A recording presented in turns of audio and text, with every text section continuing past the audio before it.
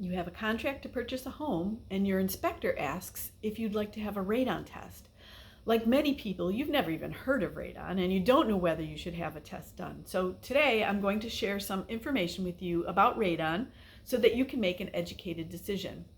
I'm Nancy Karp. This is the 7th video in my series, Real Estate Fundamentals, Buying a Home with Karp Residential. So, what is radon? Radon is a gas that occurs naturally in the outdoors, and out there it doesn't pose a health hazard.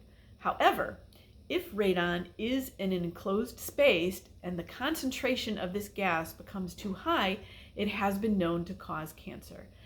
Based on my experience, I've found that there are some neighborhoods that have consistently very high concentrations of radon. In other areas, if there are elevated radon levels, they tend to be just above the EPA threshold that they consider dangerous. And there's always exceptions. This is because it isn't about how much radon is in the neighborhood, but it also has to do with radon leaking into specific places in your home and not having somewhere to go. So how does radon get into a house?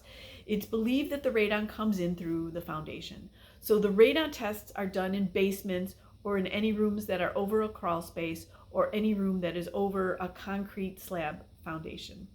The Illinois Emergency Management Agency, IEMA, has published a pamphlet called Radon Testing Guidelines for Real Estate Transactions. Your realtor is actually required to give you a copy of this pamphlet. IEMA recommends that all home buyers have a radon test performed prior to purchasing a home, except for condos that are on the 3rd floor or higher. The pamphlet outlines the proper procedures for these tests.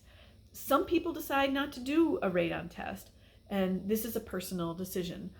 For example, some home buyers opt out if the home has a basement and they are only going to be using the basement for storage. They're not going to be spending any time in it. The big reason you do the test as part of your inspection is this: if the results do show that the radon is above the EPA safety threshold, then the seller is required to install a radon remediation system. The remediation is done by companies that are licensed by the state. It entails the installation of PVC pipes, those are plastic pipes, with a fan that sucks the air out of the area. And some of the systems even have a monitoring device on it that monitors the radon level on an ongoing basis. The cost for this is usually less than $2,000, and it doesn't matter what size the home is. The system's the same.